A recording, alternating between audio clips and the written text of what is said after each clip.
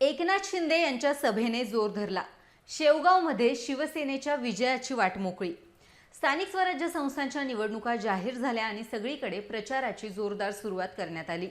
भाजपचे प्रदेश सरचिटणीस अरुण मुंडे यांना भाजपकडून उमेदवारी मिळेल अशी अपेक्षा होती, मात्र भाजपने त्यांना नगराध्यक्ष पदाची उमेदवारी नाकारल्याने त्यांनी भाजपकडून अन्याय झाल्याचा आरोप करत माया मुंडे यांनी थेट शिवसेनेत प्रवेश केला आणि नगराध्यक्ष पदाची उमेदवारी स्वीकारली।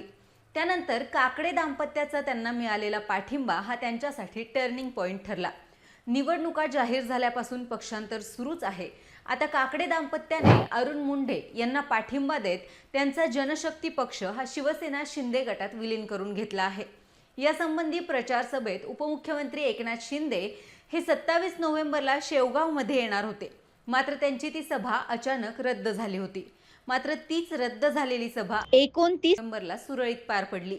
या सभेत असलेली प्रचंड गर्दी आणि जनसमर्थनामुळे या सभेची शहरभर चर्चा रंगली असून आता शेवगावमध्ये शिवसेनेच्या दिशेने वारे वाहू लागले आहे। एकनाथ शिंदे यांची विराट सभा 29 नोव्हेंबरला शेवगावमध्ये भरली होती। या सभेमध्ये त्यांनी शेवगावकरांच्या अनेक प्रश्नांना हात घातलाय, ज्यामध्ये शेवगाव नगर परिषदेची इमारत ही गावापासून 3 किलोमीटर दूर असल्याने ती इमारत गावात आणून नवीन भव्य दिव्य इमारतीसाठी निधी उपलब्ध करून देणार, तसेच आठवडे बाजारासाठी स्वतंत्र योजना, शॉपिंग कॉम्प्लेक्स, शहराचे सुशोभीकरण, तसेच रस्त्यांचे सुस्थितीकरण, जॉगिंग ट्रॅक, बंदिस्त गटारी आणि याबरोबरच बाळासाहेब ठाकरे यांच्या नावाचा सरकारी दवाखाना शहरात मुख्य जागी आणला जाणार असून रिंग रोडचे काम तातडीने मार्गी लावणार असल्याचं त्यांनी यावेळी सांगितलंय। तसंच शेवगाव शहरासाठी नवीन MIDC आणणार, पाणी पुरवठ्याचा प्रश्न मार्गी लावणार असल्याचं आश्वासन सुद्धा एकनाथ शिंदे यांनी यावेळी दिलंय।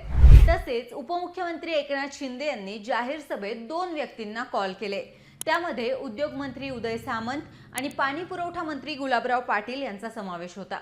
उदय सामंत यांना एकनाथ शिंदे यांनी MIDCचा प्रश्न तात्काळ सोडवायला लावला, तसेच गुलाबराव पाटील यांना ताबडतोब पाणी पुरवठ्याचा प्रश्न मार्गी लावण्यास सांगितले। तसेच त्यामध्ये काही त्रुटी असल्याचं सुद्धा यावेळी त्यांनी सांगितलंय। तसेच आचारसंहितेनंतर ताबडतोब शेवगाव शहरातील ही सर्व कामे सुरू होणार असल्याचं यावेळी एकनाथ शिंदे यांनी शेवगावकरांना सांगितलं आहे।